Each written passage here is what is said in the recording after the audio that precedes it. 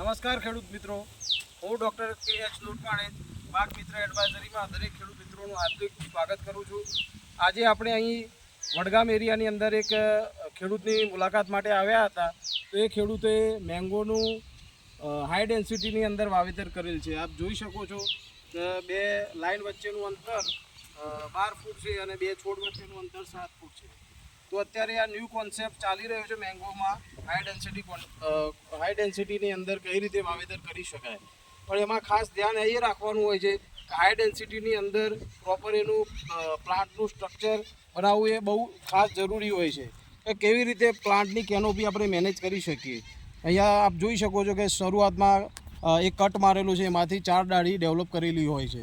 તો આ રીતે હાઈ ડેન્સિટીની અંદર પ્લાન્ટનું સ્ટ્રક્ચર કેનોપી એ મહત્ત્વનો ભાગ છે. તો